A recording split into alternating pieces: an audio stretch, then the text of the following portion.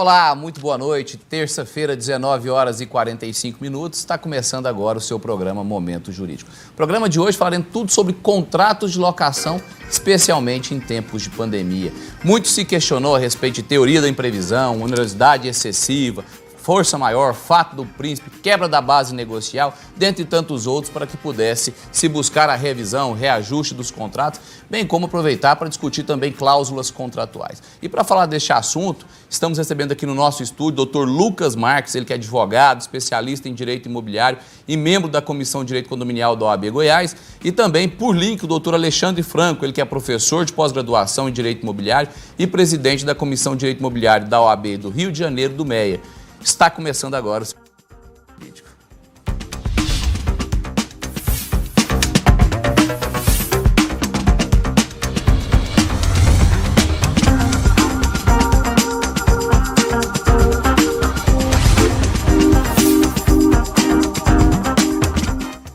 Doutor Lucas Marques, obrigado por ter aceitado o nosso convite. Uma satisfação rever o amigo. Igualmente. Eu agradeço o convite novamente, né? É sempre uma grande satisfação estar aqui presente, ladeando o grande colega e amigo Caio César Mota. Obrigado. E a gente não se via há algum tempo, né? Você que já esteve neste programa, a gente já teve a oportunidade, e também em tempos de reuniões presenciais a gente estava sempre em contato. Isso acabou também prejudicando a nossa convivência, os nossos encontros, né, doutor? Exatamente. Mas agora, retomando os trabalhos, né, minimizando aí a pandemia, vamos nos encontrar com certeza em mais oportunidades. Vamos em frente. Doutor Lucas, para poder dar início ao programa, muito se discutiu em relação aos contratos, sobretudo em tempos de pandemia. Tenho certeza que o posicionamento do colega, assim como da grande maioria dos advogados, aqueles advogados mais equilibrados, mais sensatos, foi para que desse abertura ao diálogo. Evitasse ações judiciais, evitasse judicializar, e a gente sabe que isso implicaria em prejuízo tanto ao locador como ao locatário, bem como afetaria por vezes a questão do contrato, a segurança jurídica dos contratos. Doutor Lucas, então diante desse cenário, o que o locatário deve observar antes de firmar um contrato de locação e especialmente o que ele deve observar em tempos de pandemia? Bom, as primeiras dicas, né, que nós sempre assessoramos os nossos clientes na elaboração dos contratos, né, para verificação, para revisão, principalmente contratar um profissional para que ele possa estar ali acompanhando todas as cláusulas que estejam ali dispostas no contrato, bem como fazer a análise, que é o que a gente chama como se fosse uma due diligence, né, em relação se existe algum débito tributário, algum débito condominial, alguma taxa que não tenha sido paga, multa ou algum problema que possa influenciar no desenvolvimento do contrato. Maravilha. E em relação ao locador, tem algum cuidado também que ele deve se atentar, especialmente neste período de pandemia? Com certeza.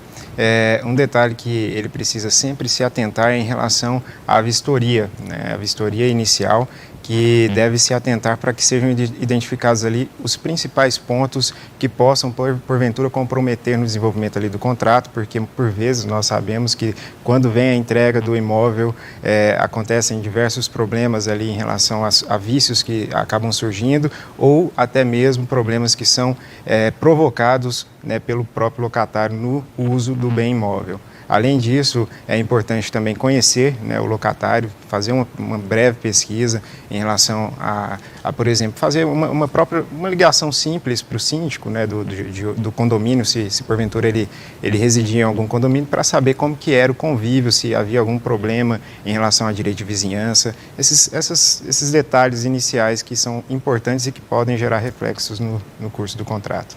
E você falou de um ponto interessante, a vistoria inicial. A vistoria inicial, segundo a legislação e até as decisões a gente vê que são todas no mesmo sentido, de que é uma obrigação do locador. Ou seja, se ele se omitiu, se ele se quedou inerte no momento do contrato em realizar a vistoria, esse ônus acaba sendo dele quando da comprovação do recebimento, do efetivo recebimento do imóvel.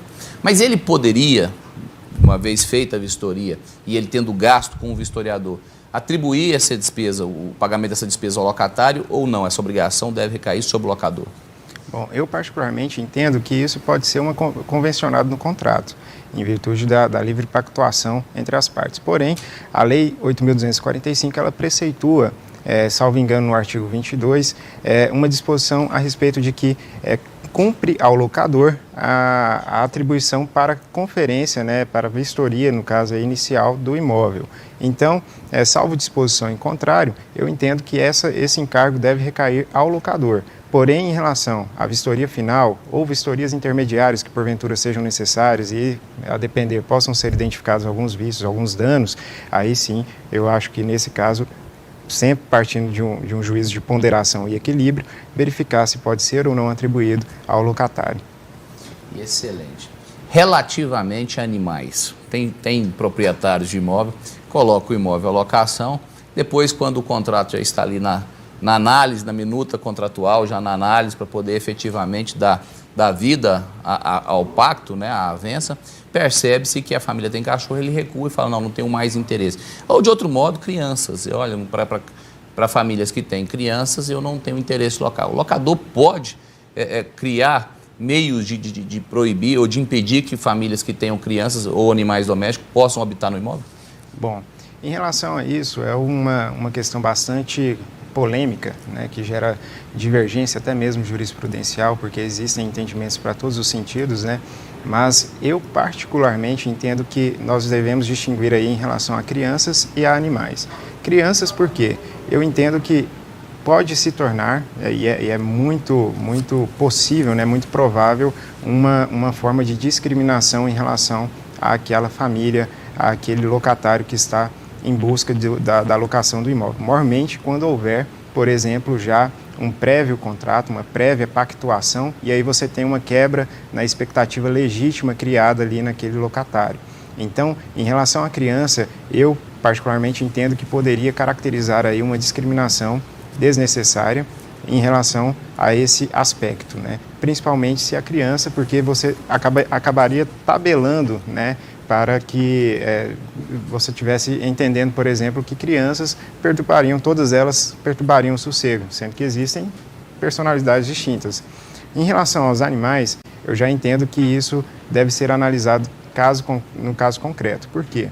Há naturalmente o direito do locador pactuar, aceitar ou não aquela avença, mas deve ter sempre respeitado o dever de informação. Se caso ele já estabelece ali no seu exercício do direito de propriedade de limitar aquele uso do imóvel, eu entendo que seria razoável respeitar as condições ali pré-fixadas. Agora, se no curso do contrato ele descobre não tem nenhuma pactuação a respeito disso, e não tem, por exemplo, uma convenção condominial proibindo ou algo nesse sentido, eu entendo que não há como surtir efeitos aí, eventual tentativa de cercear esse direito. Agora, um detalhe que deve ser observado também em relação às convenções condominiais, que é outra polêmica, mas que hoje já está praticamente pacificado, né, em relação à questão dos animais nas áreas comuns e na própria privacidade ali do bem imóvel.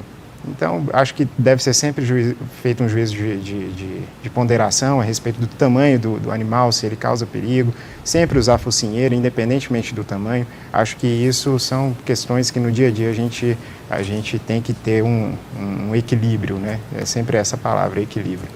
Muito se fala dos 3 S, né? Segurança, saúde e sossego. Desde que o animal não atente contra nenhum desses elementos, não se poderia proibir que o animal permanecesse ali na massa condominial ou na estrutura do condomínio. Doutor Alexandre Franco, meu querido amigo do Rio de Janeiro, como vai você? Obrigado por participar do programa mais uma vez, satisfação tê-lo aqui conosco. É um grande prazer estar de volta ao programa Momento Jurídico, sob seu comando. Não nos vemos há muito tempo, somente por vídeo, né? E o doutor Caio, que é um grande colega da Comissão Nacional de Direito Condominial também, da OAB Federal, e o prazer revê-lo novamente, e estamos aqui para colaborar aí, falando sobre esse tema de suma importância, né, que atinge a grande camada da população brasileira, que são as locações. Obrigado, meu amigo, saudades de você, viu? Espero que em breve a gente possa ter ultrapassado essas dificuldades em relação do momento pandêmico, possamos nos reunir de novo de forma presencial, né, nos falarmos, nos abraçarmos. Gosto muito da companhia do amigo e tenho sentido falta. Doutor Alexandre Franco, para dar sequência aqui ao nosso programa, doutor Lucas Marques, um grande amigo também aqui de Goiânia, uma autoridade em direito imobiliário e direito condominial, se faz presente aqui. Espero que você tenha oportunidade de conhecê-lo também melhor. Víamos falando aqui de algumas questões contratuais.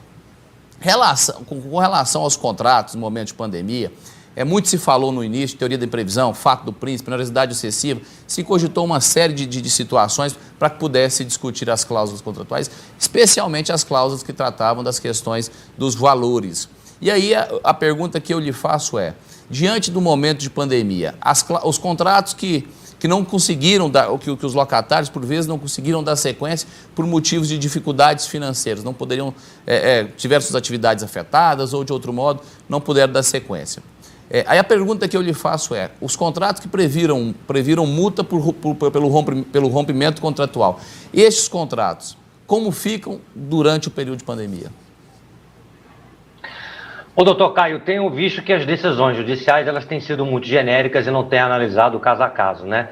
Cada problema individual de cada locatário em relação ao locador, em relação à pandemia, seja ele comercial, o contrato não residencial e o contrato residencial, acredito que deva ser analisado cada um individualmente, analisando os pontos. Porque nós temos também a prevalência também de muitos locatários se utilizarem a forma de termos uma pandemia para buscar uma vantagem excessiva em cima do locador, e o contrário também acontece, o locador também tentando levar uma vantagem com a não redução do aluguel e a não isenção da multa no caso daqueles que realmente tiveram prejuízo financeiro comprovadamente. Acredito que isso possa ser negociado entre as partes, lembrando que a multa ela é proporcional, ela cai, vai diminuindo a cada mês, e o locador tem interesse também, porque como o valor também, claro, vai depender do valor da locação, mas se o valor não for muito alto, vai até inibir com que o locador entre com uma ação de execução para cobrar o valor daquela multa, porque ele vai ter que procurar um advogado, vai ter gasto com os honorários, vai ter gasto com custas judiciais. Então tem que se analisar muito propriamente dito cada caso específico para saber se vale a pena. Eu entendo que se realmente for comprovado a real necessidade da entrega do imóvel e que realmente o locatário, veja bem, eu falo locatário, se for residencial, eu falo locatário a renda familiar, né? Porque pode contratar o nome de uma pessoa, mas tem uma esposa, um marido, enfim, que tem uma renda familiar que foi realmente afetada desde que seja pela pandemia, acho que podemos discutir isso no judiciário para poder isentar dessa multa. Agora, se não houve uma redução, se o locatário busca uma redução nos valores, buscando um imóvel mais barato, o que tem acontecido, acho que tem que prevalecer o que está colocado no contrato, o pacta sunt servanda, e realmente fazer essa cobrança de execução dessa multa contratual.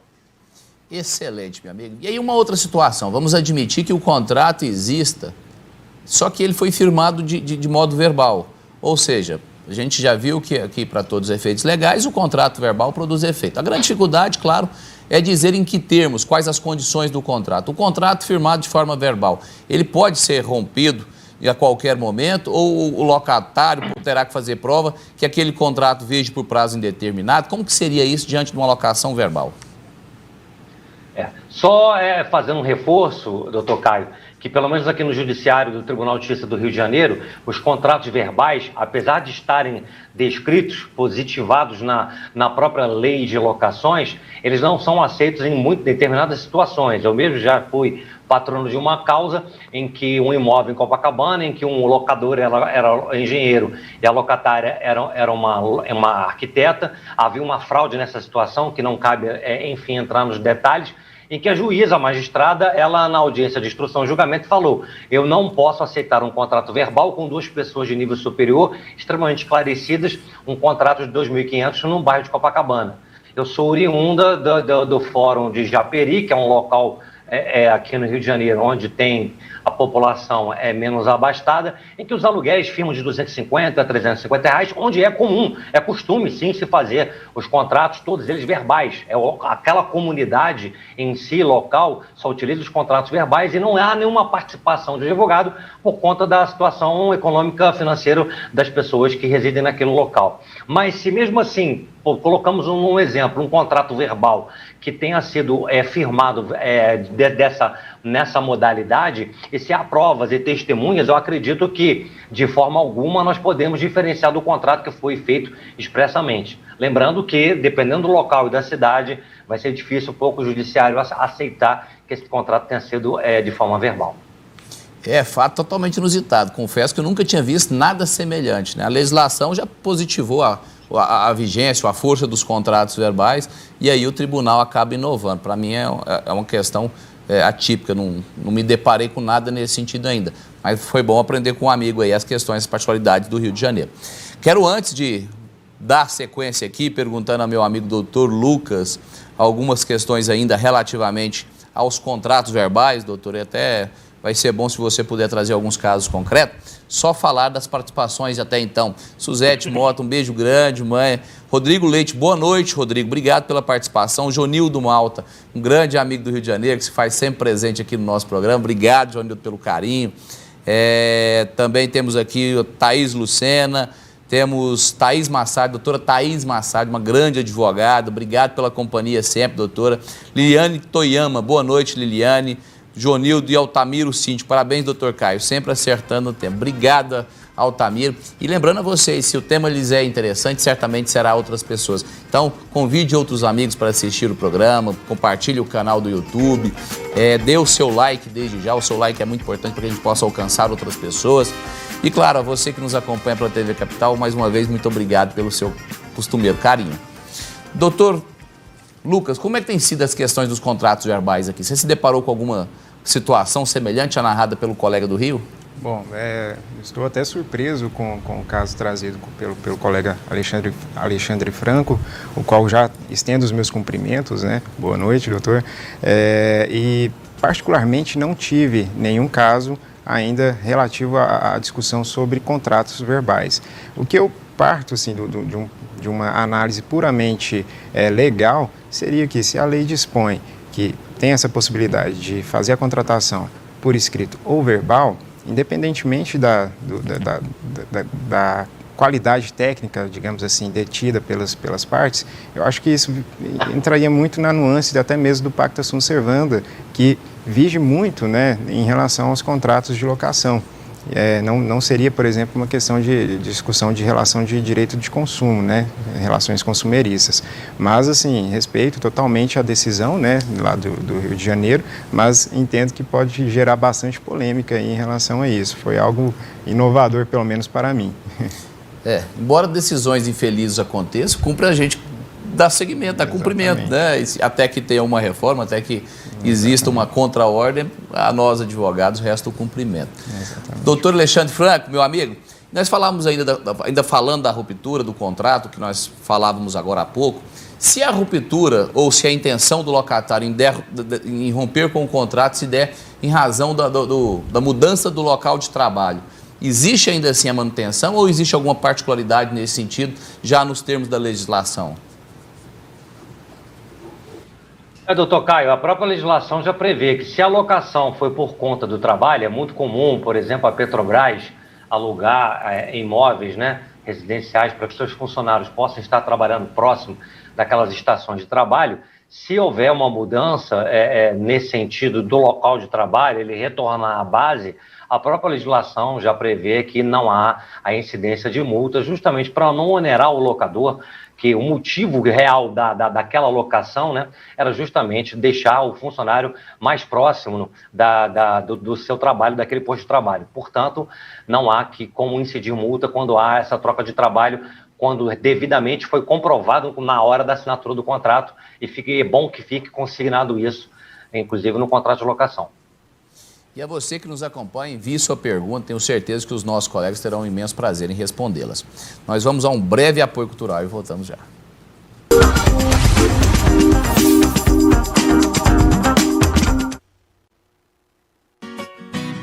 Ei, você já conhece a Travacar Condominial? Não? Então vou te apresentar essa novidade que vai acabar com os problemas com carrinhos de compras no seu condomínio. A Travacar Condominial é um sistema de tranca eletrônica para carrinhos de compras em condomínios. Ela Ela é muito simples e funcional. Cada apartamento recebe uma senha. Assim, quando o morador retirar o carrinho, o usuário fica gravada no sistema, até que ele devolva no mesmo local que retirou, sem a necessidade de chaves ou cartões. Chega de preocupações com moradores que têm o costume de deixar os carrinhos de compras em locais inadequados. Com a Travacar Condominial, seus problemas acabaram. Entre em contato conosco para saber mais informações. Ligue 62 991 41 1003 ou 62 35 48 47 60. Travacar, da GPS Condominial. Uma novidade para facilitar a vida do síndico e dos moradores. A Polar se transformou em uma empresa líder de mercado, especialista em atender com excelência centenas de clientes em vários estados do país. Possui uma moderna sede própria. A Polar é uma empresa especializada no planejamento e na gestão de mão de obra. Apresentamos a você os nossos serviços de portaria 24 horas, limpeza e conservação, jardinagem, manutenção de piscinas. A Polar desenvolve desde atividades mais simples, como limpeza de escritórios, até as mais complexas, como operações em grandes indústrias. Na hora de escolher uma empresa séria e comprometida, a Polar é a melhor solução. Polar Limpeza e Conservação. Ser eficiente é a nossa razão de existir. Momento Jurídico. Oferecimento. Solicite. Ferramenta de solicitações úteis. ProSoluto Cobranças. A nossa cobrança é a sua cobrança. Politeto Contabilidade, Administração e Assessoria Jurídica para Condomínios. 62 3089 9900. O seguro ideal para o seu condomínio. Fale com a GJX Seguros e faça uma simulação com um desconto especial por tempo limitado. E GPS Condominial. Excelência em equipamentos, produtos e acessórios.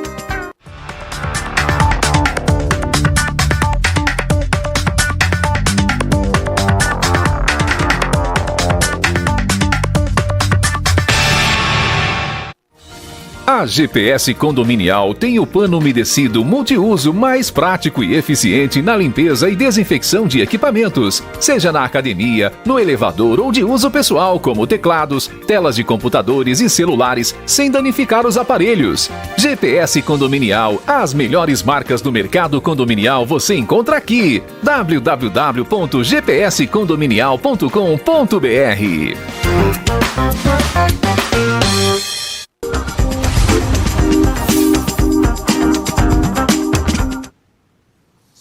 Terça-feira, 13 de outubro, 8 horas e 8 minutos. Estamos voltando com o nosso segundo bloco do programa Momento Jurídico.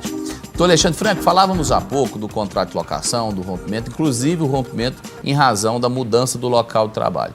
A pergunta que eu lhe faço agora é, na pandemia, o locatário pode pedir a revisão do contrato? A gente sabe que o locador existe uma possibilidade, até incerta na legislação, dizendo que depois de determinado período, não havendo reajuste, o locador, ou um fato atípico, o locador poderia pedir a revisão do contrato, possivelmente, claro, para majoração.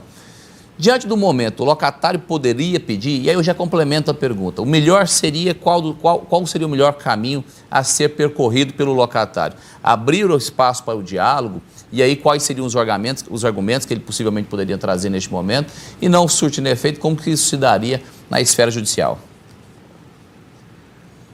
Doutor Caio, a primeira questão é o locatário tentar, obviamente, tentar fazer uma composição amigável com o locador, desde que ele se sentiu prejudicado numa queda sua financeira, seja imóvel comercial como imóvel residencial, tentar buscar uma solução amigável com o próprio locador. Se isso não for possível, nós já temos decisões de vários tribunais espalhados pelo Brasil com reduções de 30% até 50%. Mas a grande questão que eu coloco é justamente que essas questões não estão sendo discutidas a fundo. Primeiramente, nós temos que ver se o contrato é um contrato comercial, porque hoje existem pequenos comerciantes que, mesmo com as suas lojas fechadas, tiveram um aumento, ainda mesmo assim, um aumento grande ainda no faturamento da sua própria empresa, porque eles migraram para as entregas delivery e houve um aumento muito grande dentro dessa composição de entregas, e que aumentou, inclusive, o faturamento da empresa. O simples fato da loja que vende lanchonete, salgadinho, quentinhas, ela estar fechada, não significa que há um prejuízo imediato. Tenho vários números aqui, mas não temos tempo para colocar isso, números administrativos do mercado em si, principalmente de entregas de delivery, que houve um aumento substancial. Então, eu conheço uma pessoa que teve um aumento do faturamento de 47% dentro do seu próprio negócio de comida, e ela teve que, inclusive, contratar mais uma pessoa, e ela conseguiu uma redução do aluguel. Veja bem, ela aumentou em 47% seu faturamento, contratou mais uma pessoa e mesmo assim solicitou ao locador uma redução do aluguel. E o locador, pela sensibilidade geral, pela comoção que a própria imprensa vem trazendo, não só no Brasil como no mundo inteiro, de muitas lojas fechadas, fez uma redução amigável de 30%, que aumentou ainda o lucro dessa empresa que faz entregas de delivery. Então, acho que o locador ele tem que observar o tipo de negócio que o locatário tem, se for comercial, e no caso, se for residencial, por exemplo, 2 funcionários públicos que não tiveram abalo nenhum na sua estrutura econômica, não deve ser dado, concedido nenhum desconto. Marido e mulher, funcionários públicos, não houve alteração da renda, então não deve dar. Além disso, no Rio de Janeiro, uma lei estadual reduziu em 30% o valor das mensalidades escolares. Ora, se ele tem aquele valor do seu salário como um funcionário público mensalmente garantido, ainda houve, quem tem filhos, ainda houve uma redução da mensalidade escolar, obviamente que a sua regra econômica domiciliar, ela não houve nenhum abalo. Então, acho que temos que considerar isso, analisar, procurar advogados especialistas que entendam, inclusive, do mercado financeiro, para que possa fazer uma análise prévia de cada situação. E aí, sim, se tiver realmente, tem uma positividade em conseguir e uma chance de conseguir uma redução efetiva, buscar o Poder Judiciário, demonstrando por meio de provas, para justamente buscar essa redução para que possa permanecer tanto no contrato comercial como no residencial. Doutor Lucas, relativamente também às averbações, a gente sabe que o contrato de locação ele pode sofrer averbação. E qual que é a vantagem de fazer a averbação junto ao cartório de registro de imóveis do contrato de locação? Bom, a averbação do contrato junto ao registro de imóveis tem sua grande importância em função do princípio da publicidade que rege aí os registros públicos, né?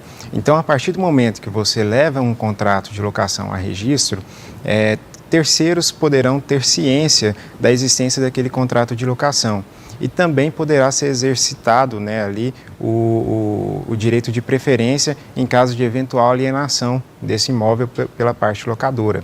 Então, são aspectos que levam conhecimento a terceiros e podem impedir, por exemplo, que possa haver, por exemplo, um esbulho possessório ali, ainda que seja uma posse indireta, mas que, por exemplo, o novo proprietário daquele imóvel, não sabendo daquela situação, venha a pedir, por exemplo, uma ação possessória, uma reivindicatória ou algo nesse sentido. Excelente, excelente. E muita gente não tem esse conhecimento, não sabe da importância de se averbar o contrato, justamente, sobretudo nos contratos comerciais. A pessoa ali exerce sua atividade por anos seguidos e aí, de repente, existe o interesse do locador em vender o imóvel, não respeita o direito de preferência do locatário e quando o locatário vai reivindicar esse direito, algumas decisões, e aí eu entendo que a grande maioria até delas, vem respondendo no sentido de que se o contrato não foi averbado, ele não poderia exercer esse direito ou pedir que fosse dado cumprimento a esse direito de preferência, que acaba interferindo. Então, a você, locatário, importante, caso queira exercer a preferência numa eventual alienação do bem, que você tenha o seu contrato averbado. Despesas acessórias, condomínios, PTU, de quem que é a responsabilidade? Do locador ou locatário? A resposta é depende. Como tudo no direito, depende. A princípio, a legislação, a lei do inquilinato, ela atribui ao locador a responsabilidade pelo pagamento dos IPTUs. Porém, havendo disposição expressa em contrário, a responsabilidade poderá recair sobre o locatário. Em relação às contribuições condominiais, evidentemente que por se tratar de uma obrigação que nós chamamos de propter rem, ou seja, ela segue a coisa, naturalmente o condomínio, por mais que ele possa cobrar, se houver algum inadimplemento, ele tem o direito de cobrar tanto do locatário como do locador, mas mesmo sem haver disposição em contrário, é quase que lógico essa responsabilidade do locatário para fazer frente a essas despesas condominiais. Então, é sempre importante analisar o que está disposto no contrato, né, para que ambas as partes possam se resguardar e ter ciência ampla, né, de todos os ônus e bônus que estiverem previstos no contrato. Excelente. Doutor Alexandre Franco, relativamente ainda à questão das despesas acessórias, o IPTU e a taxa de condomínio, o doutor Lucas diz que a lei dispõe, que é responsabilidade do locador, no entanto, o contrato pode prever em sentido contrário. Gostaria que depois você se posicionasse. Mas ainda aproveitando sua participação, o Código de Defesa do Consumidor estabeleceu uma multa de impontualidade, a legislação e a jurisprudência já caminha nesse sentido, de até 2%. No entanto, os contratos de locações, via de regra, prevêem, pelo menos aqui no nosso estado, prevêem um percentual maior, muitas vezes de 10%. Como que é isso? Quais são as penalidades que podem ser aplicadas ao locatário em razão do seu descumprimento, da sua impontualidade, né, do seu descumprimento com um pontual pagamento? Mas antes de você nos responder, gostaria só de destacar mais algumas participações. Luísa Carvalho, deixa aqui suas palminhas. Natália Freitas, que nos acompanha de Bom Jesus, beijo grande. Veróis Leandro, boa noite, doutor Caicé, doutor Lucas, doutor Alexandre, parabéns pelos temas escolhidos. Temos aqui também Marcos Júnior, obrigado Marcos Júnior, ele que aplaude. E o Luiz Felipe Arcângelo, ele deixa aqui, boa noite, doutor Caio e demais colegas. Boa noite, doutor, obrigado pela participação. O que eu vejo muito é indeferimento da liminar no despejo quando o contrato não é escrito. Mas interessante ouvir o doutor Alexandre Franco na discussão. Doutor Alexandre Franco, depois também fica essa pergunta, e aí, na verdade, ele faz um comentário aqui, gostaria da sua opinião. Obrigado pelo envio da mensagem, doutor Luiz Felipe Arcângelo. E ele ainda fala mais, contrato de locação não existe nenhuma solenidade específica, por isso é interessante o doutor Alexandre ter compartilhado esse seu caso com os colegas. Obrigado pelo comentário, obrigado por compartilhar conosco, doutor Alexandre. Liane Torre, mais uma vez, boa noite, doutor Arcângelo. Kátia Maria, boa noite a todos os colegas. Rio de Janeiro. Kátia Martins, obrigado, doutora Kátia, que fala do Rio de Janeiro. E aí também aqui, Rayane Freitas Araújo, boa noite. Doutor Alexandre, eu falei um pouco das participações aqui. Você rememora as perguntas que eu deixei com o colega? Sim. Doutor Caio, a grande discussão é a que prima sempre na dúvida. O contrato de locação, ele está acobertado pelo Código de Defesa do Consumidor? Creio eu que, diante das decisões dos tribunais, a minoria entende que tem a incidência do Código de uma forma generalista. Eu acredito que não incide o Código de Defesa do Consumidor. Não incidindo no Código de Defesa do Consumidor, a multa ela estaria livre, estaria pactuada pelo Código Civil e 10% estaria dentro de um patamar aceitável. Lembrando que se essa multa for uma multa excessiva, pode o Poder Judiciário, o próprio magistrado, ele pode fazer essa redução equitativa dessa multa. Eu não considero que o contrato de locação, uma pessoa que tem um imóvel que coloca para alugar, que ele está indo ao mercado de consumo para poder justamente firmar um contrato com um consumidor. Acho que esse contrato é um contrato atípico, não é de consumo, por isso que eu não considero a incidência do limite máximo de 2% em relação ao que preconiza o CDC.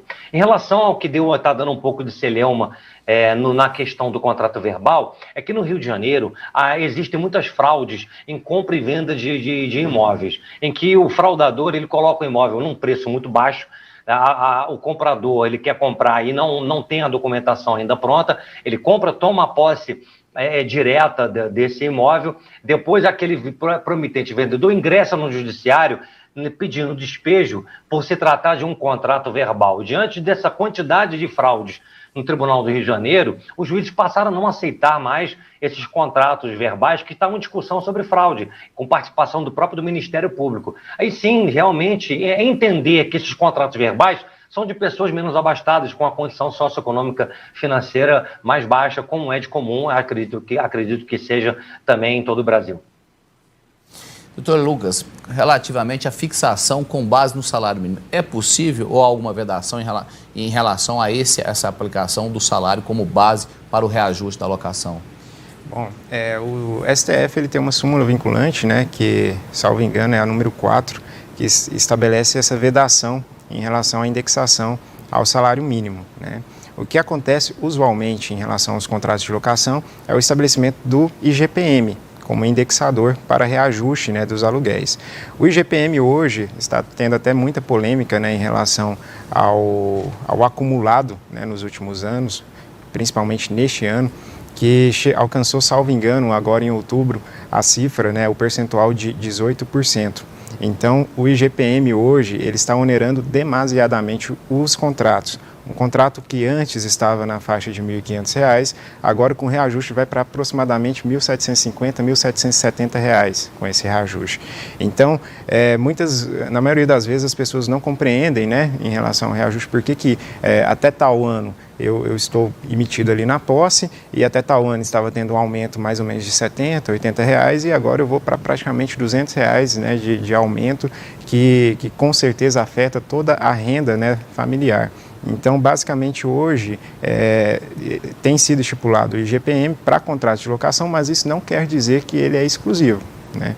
Hoje você pode também prefixar, por exemplo, pelo IPCA, pelo INCC, outros índices, porque o contrato de locação ele é regido pela vontade das partes. Então, ambas as partes, havendo o acordo, em comum acordo, fixam o índice que lhes convier, né?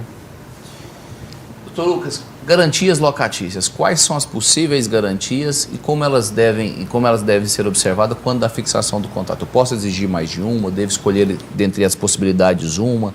Como que se dá essas garantias? Bom, as garantias locatícias, elas têm um fator interessante, porque você precisa primeiro analisar a natureza do contrato.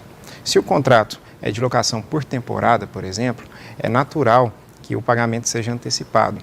Mas se for um contrato de locação residencial, urbano, por exemplo, naturalmente você pode exigir outros tipos de garantias. Mas se você acumular essas garantias, isso é expressamente vedado pela legislação. Hoje nós temos basicamente 4 tipos de garantias, mas as mais usuais são caução, seguro-fiança e a fiança, que nada mais é que o fiador, né? Nós temos uma outra disposição que é mais atrelada a fundos de investimento, mas as que nós mais utilizamos são essas, e também o vencimento antecipado do aluguel, que é uma forma de você garantir que você, percebendo aquela renda de forma antecipada, você pode tomar alguma atitude em frente ao inadimplemento eventual do locatário. Então, a caução hoje seria basicamente a prestação, geralmente em pecúnia, né, de um valor monetário, que não pode ser superior a 3 meses. Nós temos também o seguro-fiança, que pode ser contratado aí junto a instituições financeiras ou outras instituições que ofereçam esse produto, e a fiança, que nada mais é que o fiador, que é uma responsabilidade pessoal em relação àquela obrigação contraída ali, que é a obrigação de pagamento, né? Em quais situações o locador pode exigir o pagamento antecipado do aluguel? Nesses casos em que não houver o uso dessas outras garantias. Então, se você for utilizar a cobrança, né, do vencimento antecipado dos aluguéis, você não poderá, por exemplo, utilizar a caução, você não poderá utilizar o seguro-fiança e nem a fiança. É expressamente vedado pela legislação, sob pena até de cometimento de contravenção penal. Então, assim, o X da questão é não acumular garantias. Ela é uma garantia. O vencimento antecipado é uma garantia que você pode utilizar, você pode se valer para fins de assegurar ali a quitação, o adimplemento das obrigações pelo locatário. Locação por temporada. Posso utilizar o pagamento antecipado? Pode sim. Inclusive, na locação por temporada, é um detalhe que deve-se ter bastante atenção, porque ela tem um prazo pré-determinado, justamente por essa razão que ela tem essa nomenclatura, né, locação por temporada, que admite aí o vencimento antecipado. Se caso você tiver estipulado ali um determinado prazo e esgotar o prazo legal estabelecido pela legislação, esse contrato poderá converter-se em contrato por prazo determinado, e havendo alguma outra forma de garantia que o locador queira convencionar ali com a parte, naturalmente ele vai ter que ou abrir mão, por exemplo, do vencimento antecipado, ou fazer a contratação ali, fazer uso, né, das demais garantias previstas na legislação. Querido amigo Alexandre Franco, o Fernando Maia, pessoa já também conhecida, obrigado, Fernando Maia, pela companhia, pelo carinho. Ele fala, boa noite a todos. Quanto ao fundo de obras, de quem é a responsabilidade pelo pagamento da despesa? Doutor Caio, seguindo a linha da própria lei de locações, o fundo de obras, as obras, elas sendo obras que vão trazer, né? Se o síndico não misturar essas obras com obras que deveriam estar previstas na própria previsão orçamentária, quem tem que pagar é o locador, porque vai trazer uma melhoria e uma valorização do próprio imóvel, né? Em relação à obrigatoriedade do locador pagar, o locatário pagar as cotas extras, desde somente quando elas são utilizadas para cobrir justamente a cota ordinária, que cabe a manutenção do condomínio, são os salários, a água, a luz, que o próprio locatário tem que pagar. E quando há uma indenização de qualquer funcionário, a parte proporcional, o tempo, o lapso temporal que o locatário ficou ou está naquela locação, há que haver um cálculo pro rata para que ele pague justamente aquele período que ele está, né, justamente na posse direta do imóvel. Doutor Alexandre Franco, e se porventura o locatário ou interessado na locação, ele fizer um pagamento de uma caução em dinheiro e de repente ele resolve, se decide por não dar sequência ao contrato. Esse valor pago a título de caução, ele pode ser retido como um pagamento, um cumprimento de uma indenização aí pela desistência, como se fosse uma multa, uma penalidade contratual, ou ele deve ser integralmente devolvido, ou de outro modo dependerá do que as partes ajustaram no contrato. Como funciona isso? Na realidade, o que a lei preconiza é que o dinheiro seja aberto numa conta e que o rendimento, né, que é da poupança, seja favorecido todo a favor do locatário. Mas não é isso que acontece. No mercado isso não acontece. O locador fica com esse dinheiro e acredito que pode sim, se houver uma rescisão contratual em que haja uma incidência da multa em si, pode-se fazer uma compensação, que o próprio Código Civil prevê uma compensação, faz a compensação, se o locatário tiver alguma coisa a receber, recebe, desde que com o dinheiro devidamente corrigido, e não vejo problema nenhum quanto a isso. Acho que pode sim fazer esse tipo de aplicação, porque a própria caução já diz que é uma garantia, né? Apesar de que hoje a caução é a modalidade que nas minhas relações de trabalho, acho que hoje a caução em dinheiro não é a melhor modalidade de garantia. Excelente, doutor. A doutora Débora Pimentel, uma querida colega, fala show de bola hoje. Lucas domina muito o assunto. Doutor Lucas é uma grande autoridade, um amigo querido. Eu sou suspeito para falar, mas sempre que posso, reforço. Doutor Alexandre Franco, da mesma forma, duas pessoas extremamente agradáveis, competentes e amigas. Doutor Alexandre Franco, obrigado por ter aceitado, obrigado pela companhia, saudades de você, meu amigo, um beijo grande. Nosso programa caminha para o fim. Queria que você despedisse de modo muito breve de quem nos acompanhou na noite de hoje. Mais uma vez agradecer você pelo convite para participar desse programa maravilhoso, Momento Jurídico. Muito obrigado aí, o doutor Lucas, um grande abraço, foi um prazer participar do programa com o nobre colega, eu espero poder conhecê-lo um dia que eu estiver na terra do Piqui.